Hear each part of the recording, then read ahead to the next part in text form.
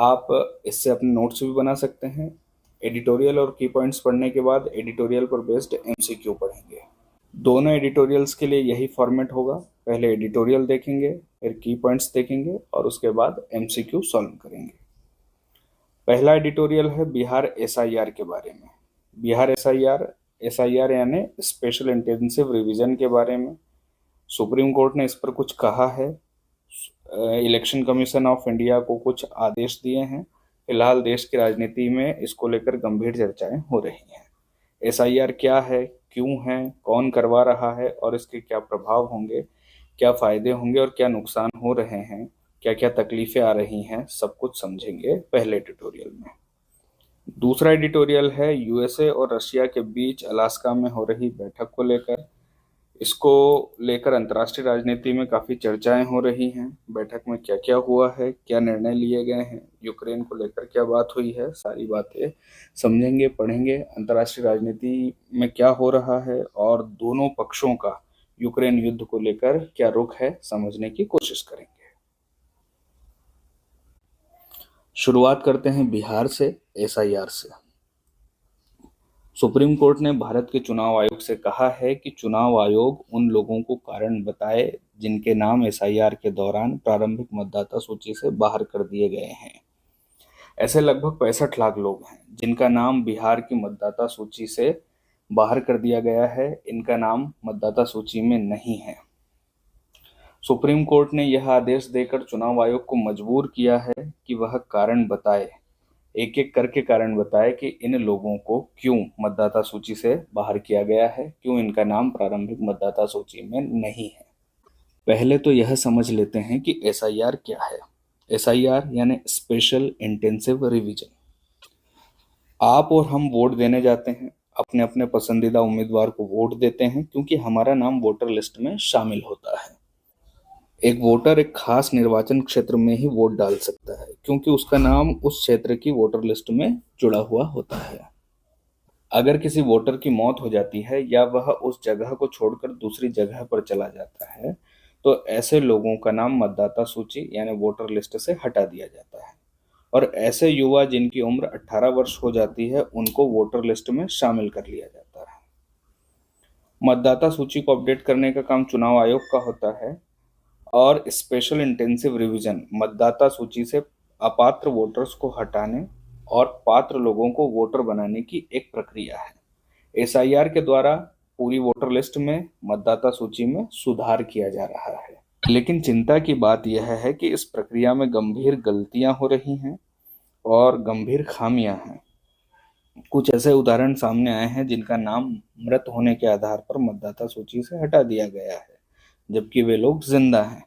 आलोचक यह भी कहते हैं कि आयोग 11 तरह के डॉक्यूमेंट्स मांग रहा है जबकि इस तरह के डॉक्यूमेंट्स अधिकतर लोगों के पास उपलब्ध ही नहीं है। विपक्षी दलों ने तो यह आरोप भी लगाया है कि एक खास तबके के लोगों को ही वोटर लिस्ट से बाहर किया जा रहा है। एक बड़ी समस्या यह भी है कि बिहार के लाखों लोग दूसरे राज्यों में काम करने जाते हैं और यदि उनका नाम वोटर लिस्ट से हटा दिया जाता है तो इन्हें अपना काम छोड़कर वोटर लिस्ट के पीछे भागना होगा और डॉक्यूमेंट्स की जो लंबी लिस्ट है 11 डॉक्यूमेंट, उनकी भी समस्याएं होंगी क्योंकि कई लोगों के पास ये डॉक्यूमेंट्स बने हुए नहीं हैं। इतना ही नहीं, बहुत से ऐसे लोग भी हैं जो अशिक्षित हैं और इस प्रक्रिया को समझ नहीं पा रहे हैं। सवाल है कि क्या ये लोग फिर से वोटर लिस्ट में अपना नाम जुड़वा पाएंगे या नहीं। एक बड़ा सवाल और एक बड़ी समस्या यह भी है कि आयोग ने वोटर लिस्ट से बाहर किए गए लोगों की अभी तक कोई एक लिस्ट जारी नहीं की है। आयोग ने कहा है कि ये लोग या तो मर चुके हैं या परमानेंटली पलायन कर चुके हैं या फिर ये फर्जी वोटर थे। लेकिन चुनाव आयोग ने न तो लिस्ट जारी की है और न ही उनके साथ उनके वोटर लिस्ट से बाहर किए जाने के कारण बताए हैं। एक कंफ्यूजन यह भी है कि क्या सभी लोगों को डॉक्यूमेंट्स दिखाने हैं? उत्तर है नहीं। डॉक्यूमेंट्स सिर्फ उन लोगों को ही दिखाने हैं जिनका नाम वोटर लिस्ट से कट चुका है और वे वोटर लिस्ट में अपना नाम फिर से जुड़वाना चाहते हैं। कागज पर देखें तो यह एकदम सरल प्रक्रिया लगती है। सही मायने में देखें तो वोटर लिस्ट को अपडेट करना जरूरी है और सभी राजनीतिक दल भी कभी न कभी समय समय पर वोटर लिस्ट को अपडेट करने की मांग कर चुके हैं। लेकिन जमीनी स्तर पर देखें तो कुछ ऐसी रिपोर्ट्स आ रही हैं, कुछ ऐसा डेटा आ रहा है जिनमें गंभीर खामियां नजर आ रही हैं जिनसे गंभीर सवाल उठ रहे हैं। तो पहली बात यह है कि जितने लोग वोटर लिस्ट से बाहर गए हैं उनमें 32 लाख महिलाएं हैं और 25 लाख पुरुष हैं, जबकि बिहार में महिलाओं की तुलना में पुरुष ज्यादा पलायन करते हैं। और आंकड़े देखें तो पिछले कुछ दिनों में पुरुषों की मृत्यु दर भी ज्यादा रही है। तो इस हिसाब से वोटर लिस्ट से नाम कटने वालों में पुरुषों की संख्या महिलाओं से ज्यादा होनी चाहिए थी, लेकिन यहाँ पर जो रिपोर्ट्स आई हैं वे कह रही हैं कि पुरुषों की संख्या कम है और महिलाओं की संख्या ज्यादा है।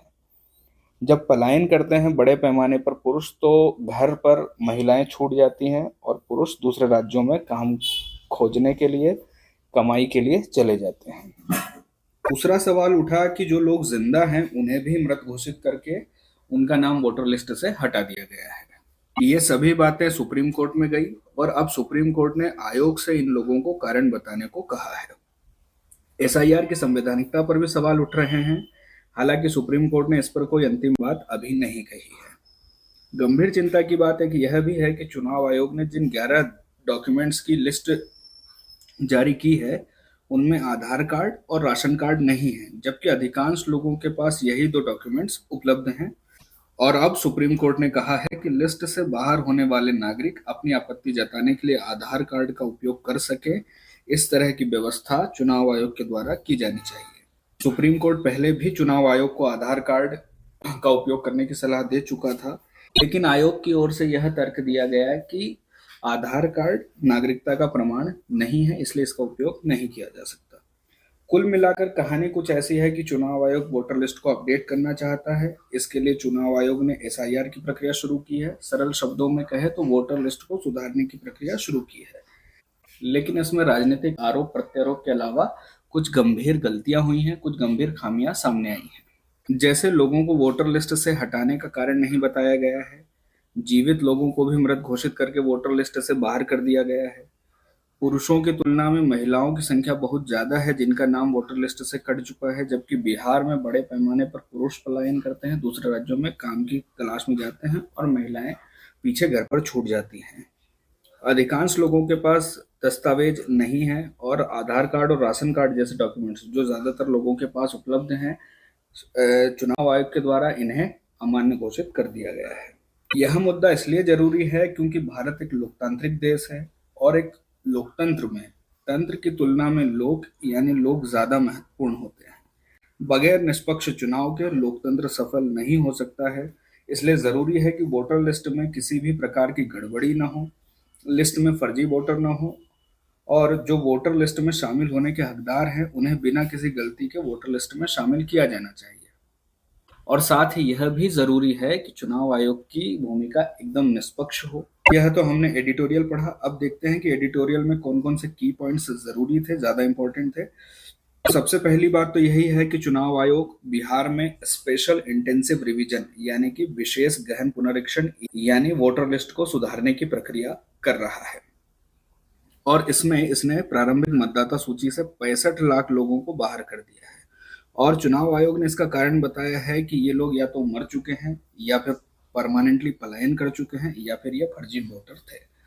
लेकिन चुनाव आयोग ने इनकी एक लिस्ट जारी नहीं की है और न ही इनके नाम के साथ कारण बताए हैं। सुप्रीम कोर्ट ने इसमें हस्तक्षेप किया है और कहा है कि इन 65 लाख लोगों की एक सूची जारी की जाए, इनके नाम के साथ इनके कारण बताए जाए। इस प्रक्रिया में कई विसंगतियां, कई खामियां निकलकर सामने आई हैं। एक रिपोर्ट के आधार पर यह पता चला है कि लगभग 32 लाख महिलाएं वोटर लिस्ट से बाहर हुई हैं और पुरुष 25 लाख ही बाहर हुए हैं, जबकि बिहार में पुरुष बड़े पैमाने पर पलायन करते हैं। पिछले कुछ दिनों में यह भी देखा गया है कि पुरुषों में पलायन और मृत्यु दर की दर ज्यादा रही है।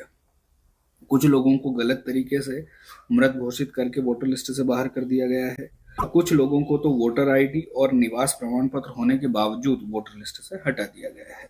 एसआईआर की संवैधानिकता पर सवाल उठे हैं क्योंकि 2025 जनवरी में एक रिवीजन हो चुका है वोटर लिस्ट का, इसे फिर से किया जा रहा है। और दूसरी बात, जिन 11 दस्तावेजों की मांग की गई है उनमें आधार कार्ड और राशन कार्ड नहीं है, जबकि अधिकांश लोगों के पास यही डॉक्यूमेंट्स मौजूद हैं। सुप्रीम कोर्ट ने पहले भी आधार कार्ड को इसके लिए उपयोग किए जाने की सलाह दी थी, लेकिन आयोग के द्वारा इसे नहीं माना गया था। अब आदेश दिया गया है कि आधार कार्ड को आपत्तियों में मान्य दस्तावेज माना जाए। प्रक्रिया में पारदर्शिता की कमी है, क्योंकि जिन लोगों के नाम हटाए गए हैं उनकी लिस्ट जारी नहीं हुई, उनके कारण नहीं बताए गए हैं, और इससे जिन लोगों को हटाया गया है उनके बारे में आपत्ति जताना थोड़ा सा कठिन हो रहा है और पूरी प्रक्रिया अपारदर्शी बन रही है। अंततः आर्टिकल में यही कहा गया था कि सार्वभौमिक वयस्क मताधिकार भारत के लोकतंत्र की नींव है और बगैर निष्पक्ष पारदर्शी चुनाव के लोकतंत्र जीवित नहीं रह सकता है। इसलिए जरूरी है कि पूरी वोटर लिस्ट, चुनाव की पूरी प्रक्रिया और चुनाव आयोग निष्पक्ष हो, एकदम पारदर्शी हो और अपनी भूमिका तटस्थ तरीके से निभाए। परीक्षा की दृष्टि से देखें तो GS2 और GS4 में काम आने वाला है। GS2 में चुनाव आयोग की भूमिका और उसकी जवाबदेही, प्राकृतिक न्याय का सिद्धांत और सार्वभौमिक वयस्क मताधिकार के मुद्दे पर यह आर्टिकल काम आएगा, और GS4 में पारदर्शिता, जवाबदेही और लोकतांत्रिक संस्थाओं में विश्वास को लेकर हम इसके उदाहरण लिख सकते हैं। मेंस के हिसाब से देखें तो इस एडिटोरियल से कुछ सवाल बन सकते हैं, जैसे पहला सवाल है कि बिहार के विशेष गहन पुनरीक्षण अभ्यास ने चुनाव आयोग की प्रक्रियागत पारदर्शिता और प्राकृतिक न्याय के सिद्धांत पर गंभीर प्रश्न खड़े किए हैं।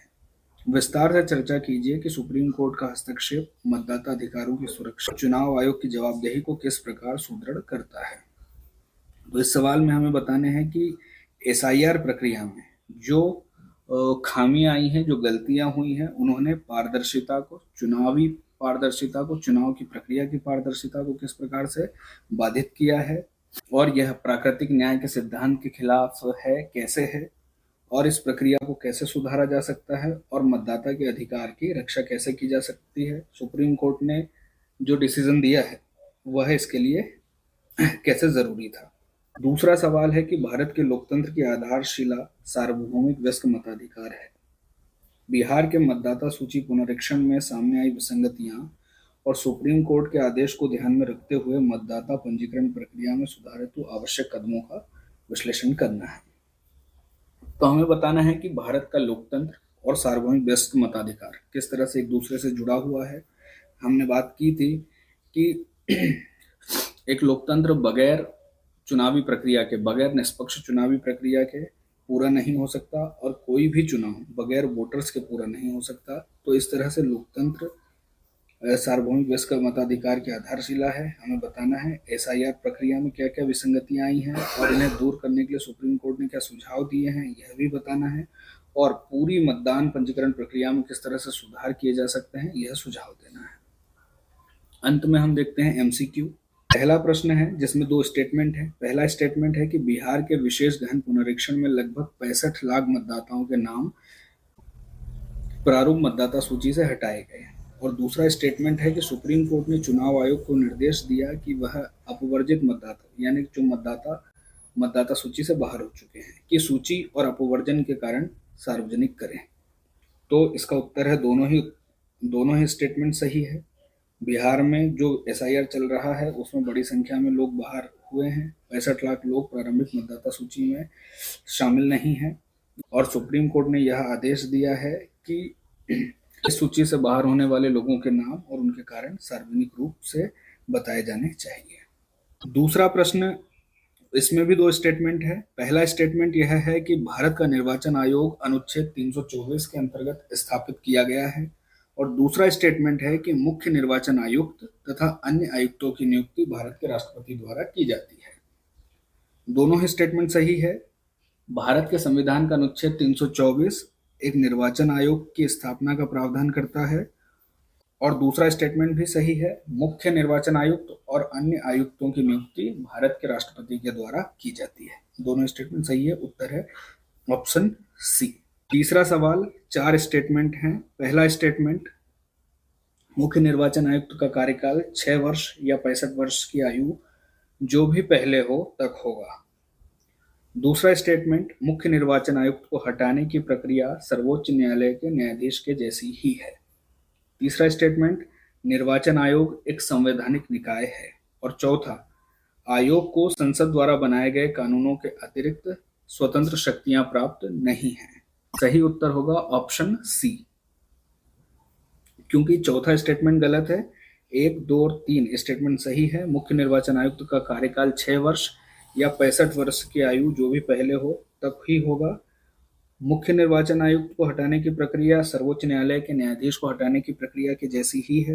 निर्वाचन आयोग एक संवैधानिक निकाय होता है, क्योंकि हमने अभी देखा कि निर्वाचन आयोग की स्थापना भारत के संविधान के अनुच्छेद 324 के तहत की गई है। चौथा स्टेटमेंट गलत है, क्योंकि भारत के संविधान के द्वारा इसे स्वतंत्रता प्रदान की गई है। चौथा प्रश्न देखते हैं। चौथा प्रश्न है कथन और कारण वाला। कथन है कि निर्वाचन आयोग को चुनावों के दौरान निष्पक्षता बनाए रखने हेतु पर्याप्त शक्तियां दी गई हैं, और कारण बताया गया है कि चुनाव आचार संहिता का प्रवर्तन, मतदाता सूची का अद्यतन और चुनाव चिन्हों का आवंटन निर्वाचन आयोग की जिम्मेदारियों में शामिल है। इस प्रश्न का सही उत्तर है ए, क्योंकि कारण कथन का सही स्पष्टीकरण प्रदान करता है। आयोग को स्वतंत्र एवं व्यापक शक्तियां दी गई है ताकि चुनाव स्वतंत्र और निष्पक्ष हो सके।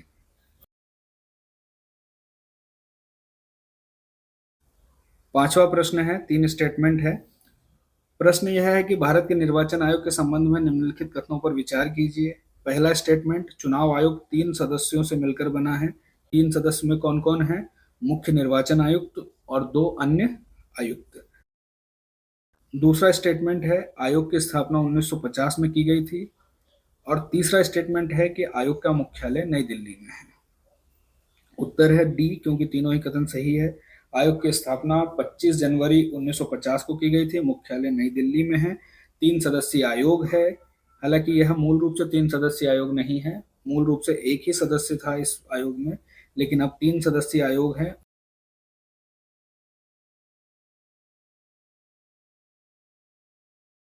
जिनमें एक मुख्य निर्वाचन आयुक्त और 2 अन्य निर्वाचन आयुक्त शामिल हैं। अब देखते हैं दूसरा एडिटोरियल। दूसरा एडिटोरियल है यूएसए और रूस की बैठक के बारे में। बैठक हुई है एंकोरेज, अलास्का में। बैठक तो हुई, बातें भी हुई, लेकिन कुछ खास निर्णायक बातें नहीं निकलकर सामने आई। यूक्रेन और रूस में लंबे समय से युद्ध चल रहा है। रूस तो इस युद्ध में सीधे तौर पर शामिल है, लेकिन अमेरिका यूक्रेन के पीछे खड़ा हुआ है, आर्थिक और वित्तीय मदद कर रहा है। उम्मीद की जा रही थी कि दोनों देशों के राष्ट्रपति जब मिलेंगे तो कुछ महत्वपूर्ण निर्णय लिए जाएंगे, लेकिन ऐसा नहीं हो पाया।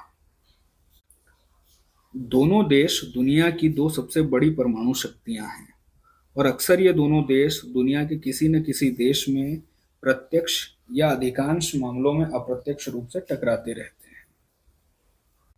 मैप पर आप देख सकते हैं कि रूस और यूक्रेन पड़ोसी देश हैं। दोनों देश पहले सोवियत संघ का हिस्सा थे, और सोवियत संघ के विघटन के बाद 1991 में यूक्रेन एक अलग और स्वतंत्र देश बना था। अक्सर पड़ोसी देशों के बीच विवाद खड़े होते रहते हैं, कभी सीमाओं को लेकर, कभी नदियों को लेकर, कभी खनिज तेल और दूसरे संसाधनों को लेकर पड़ोसी देश आपस में लड़ते रहते हैं। यह भी होता रहता है कि एक देश में अपराध करने वाले अपराधी दूसरे देश में जाकर छिप जाते हैं और फिर उन्हें पकड़ना मुश्किल हो जाता है। अक्सर देश अपने फायदे के लिए पड़ोसी देशों की राजनीति में भी दखल देने की कोशिश करते हैं। इतना ही नहीं, दुनिया के शक्तिशाली देश पड़ोसियों का उपयोग करके अपने प्रतिद्वंदी देशों को संतुलित करने का प्रयास करते हैं। उदाहरण देखें तो भारत और चीन के बीच सीमा विवाद है। भारत और पाकिस्तान के बीच कश्मीर को लेकर झगड़ा है।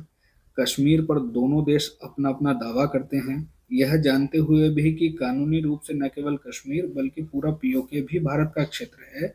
पाकिस्तान इसको लेकर विवाद खड़ा करता रहता है। भारत के खिलाफ आतंक और हिंसा करने वाले बहुत से लोग और संगठनों को पाकिस्तान सुरक्षा और शरण भी देता है।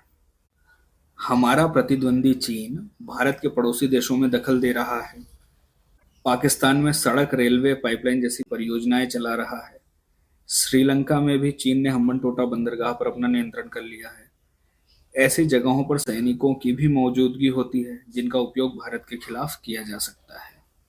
बात करें यूक्रेन और रूस की, तो 2013 तक दोनों देशों में सब कुछ ठीक था। विक्टर यानुकोविच यूक्रेन के राष्ट्रपति थे। विक्टर यानुकोविच को रूसी समर्थक माना जाता है।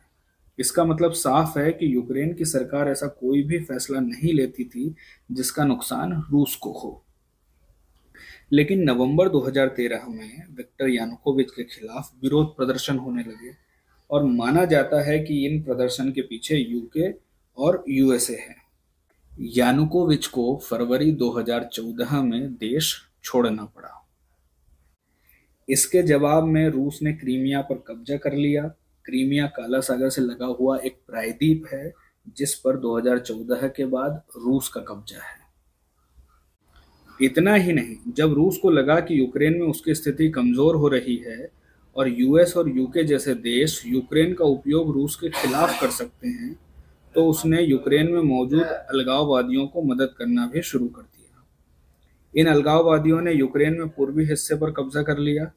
ये क्षेत्र लुहांस्क और दोनेस्क में है। इस टकराव को रोकने और शांति कायम करने के लिए फ्रांस और जर्मनी की पहल पर 2015 में बेलारूस की राजधानी मिन्स्क में एक संघर्ष विराम समझौता हुआ। विवाद एक बार फिर उठा जब यूक्रेन ने नेटो यानी नॉर्थ अटलांटिक ट्रीटी ऑर्गेनाइजेशन की सदस्यता लेने की कोशिशें शुरू की।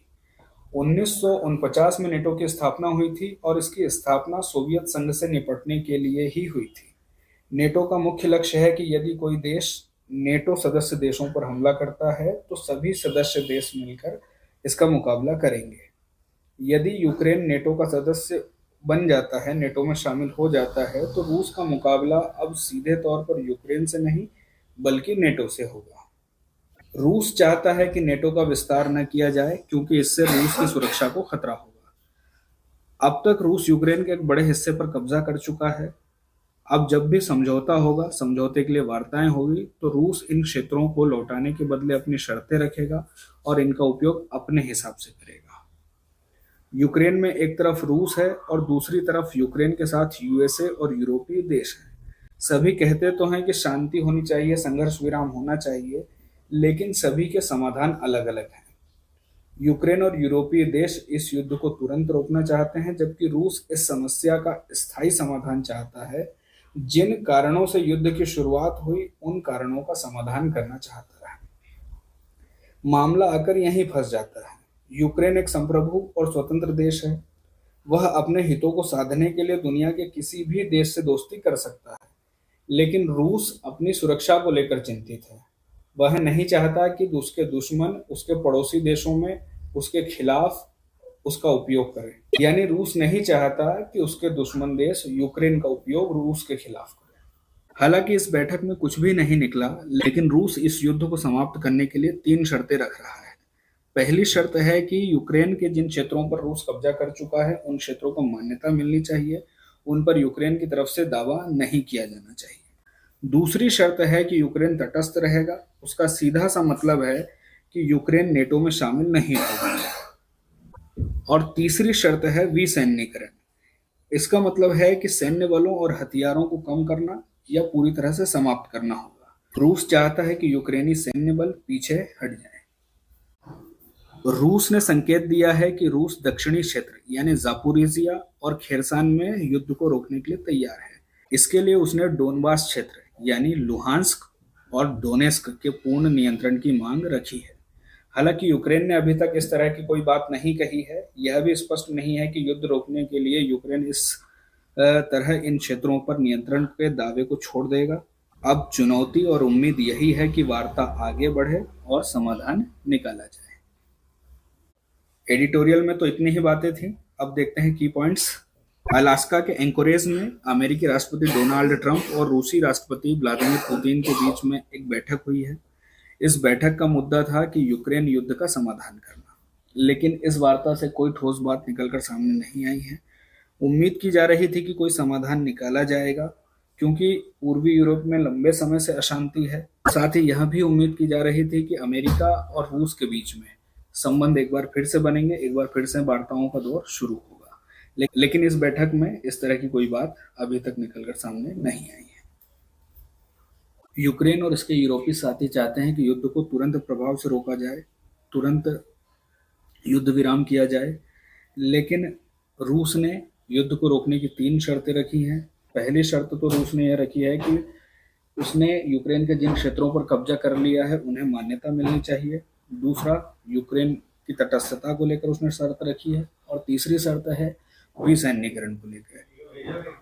दूसरी तरफ अमेरिकी राष्ट्रपति ट्रंप चाहते हैं कि सीधे तौर पर वार्ता रूस और यूक्रेन के बीच में हो और वहीं पर वार्ता के बाद एक शांति समझौता हो। शिखर सम्मेलन के बाद राष्ट्रपति पुतिन ने संकेत दिया है कि डोनबास क्षेत्र में पूर्ण नियंत्रण के बाद वह जापोरिजिया और खेरसान में युद्ध को बंद कर देंगे। खार्किव से भी पीछे हटने की संभावना पर उन्होंने रुख किया है, लेकिन यूक्रेन का रुख है कि भूमि के बदले, अपनी जमीन के बदले उसे शांति स्वीकार नहीं है। दोनों देशों के इस रुख के कारण अभी भी चुनौतियां बनी हुई हैं। भूमि और संप्रभुता को लेकर दोनों देशों के बीच में गहरा विवाद है, गहरे मतभेद हैं। रूस पर यूक्रेन के द्वारा विश्वास नहीं किया जा रहा है। रूस अपनी शर्तों से पीछे नहीं हटने को तैयार है। वहीं दूसरी तरफ यूरोप में अशांति है। पूर्वी यूरोप में लंबे समय से संघर्ष चल रहा है। इसमें कई देश शामिल हैं और कई परेशानियों को उठा रहे हैं। यहाँ पर कूटनीति का रास्ता खुला हुआ है। हथियार नियंत्रण समझौते के माध्यम से विश्वास जताया जा सकता है दोनों देशों के बीच में, और एक नए समझौते पर सहमति बनाई जा सकती है और पूर्वी यूरोप में शांति स्थापना की जा सकती है। भारत के लिए इसका यही महत्व है कि भारत का रुख अभी भी संतुलित है। अमेरिका और रूस दोनों के बीच में वह एक संतुलन को लेकर चल रहा है। दोनों देशों के साथ उसके अच्छे संबंध हैं। भारत इस संघर्ष में ऊर्जा और खाद्य आपूर्ति को लेकर अपने हितों को साधने का प्रयास कर रहा है। रूस से तेल का आयात कर रहा है और अमेरिका और यूरोप से भी अच्छे संबंध बनाकर भारत ने रखे हैं। संयुक्त राष्ट्र में भारत की भूमिका महत्वपूर्ण हो सकती है क्योंकि भारत के दोनों देशों के साथ अच्छे संबंध हैं और वार्ताओं में भारत एक भूमिका निभा सकता है। परीक्षा की दृष्टि से देखें तो GS2 और GS3 के लिए महत्वपूर्ण है। GS2 में अंतर्राष्ट्रीय संबंध और GS3 में परमाणु हथियार नियंत्रण और क्षेत्रीय संघर्ष और वैश्विक स्थिरता को लेकर बातें की जा सकती है, क्योंकि यहाँ पर सिक्योरिटी इश्यूज शामिल हैं। मेंस के लिए प्रश्नों की बात करें तो ये 2 प्रश्न हैं। पहला प्रश्न है कि अलास्का शिखर सम्मेलन ने रूस अमेरिका संबंधों में नया अध्याय खोलने का प्रयास किया है, लेकिन यूक्रेन युद्ध इसका सबसे बड़ा अवरोध बना हुआ है। टिप्पणी कीजिए। और दूसरा प्रश्न है कि यूक्रेन युद्ध केवल क्षेत्रीय संघर्ष नहीं बल्कि वैश्विक स्थिरता का भी प्रश्न है। इन दोनों प्रश्नों को ठीक से समझ के हमें उत्तर इनका लिखने का प्रयास करना है। कई बातों को हम आर्टिकल में समझ चुके हैं। MCQ में पहला प्रश्न है, अलास्का शिखर सम्मेलन के संबंध में विचार कीजिए। पहला स्टेटमेंट, यह सम्मेलन अमेरिका और रूस के बीच हुआ था। बिल्कुल सही। दूसरा स्टेटमेंट, इसमें सबसे बड़ा विवादास्पद मुद्दा हथियार नियंत्रण समझौता था। गलत, क्योंकि इस बैठक में सबसे बड़ा विवादास्पद मुद्दा यूक्रेन युद्ध को लेकर था। बैठक अमेरिका और रूस के बीच में अलास्का में हुई थी। दूसरा प्रश्न है, रूस की शांति समझौते के लिए प्रमुख मांगे क्या थी। पहला स्टेटमेंट है यूक्रेन की तटस्थता। बिल्कुल सही। दूसरा, कब्जाए गए यूक्रेनी क्षेत्रों की मान्यता। बिल्कुल सही। और तीसरा, यूक्रेन का पूर्ण सैन्य निरस्त्रीकरण। तीनों ही सही है और उत्तर होगा डी। तो इस एडिटोरियल में 2 ही प्रश्न थे। फिर देखते हैं कल अगले एडिटोरियल्स को।